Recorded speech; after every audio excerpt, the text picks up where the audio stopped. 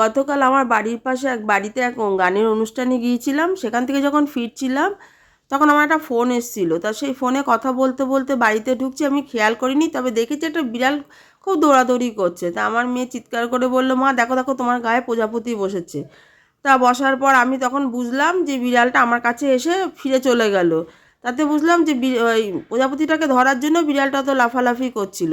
তা অনেকক্ষণ ধরে হাত পেতে আছি, কিছুতেই ও আসছে না আমার হাতে। তখন আমি ওকে তুলে নিলাম, নিয়ে আমার বাড়ির পাশে একটা সাদা ফুল গাছে বসিয়ে দিয়েছি।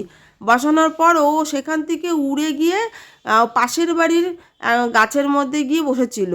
ও মা, বসার পর কিছুক্ষণ পর আবার ও উড়ে এসে আমার গায়ে বসেছে। তখন দেখলাম ওই পাঁচিলের মধ্যে বিড়ালটা চুপ করে বসে আছে। তারপর আমি আবার তুলে নিয়ে একটা ডালের মধ্যে ওকে বসিয়ে দিয়েছিলাম, ও সেখানে বসেছিল।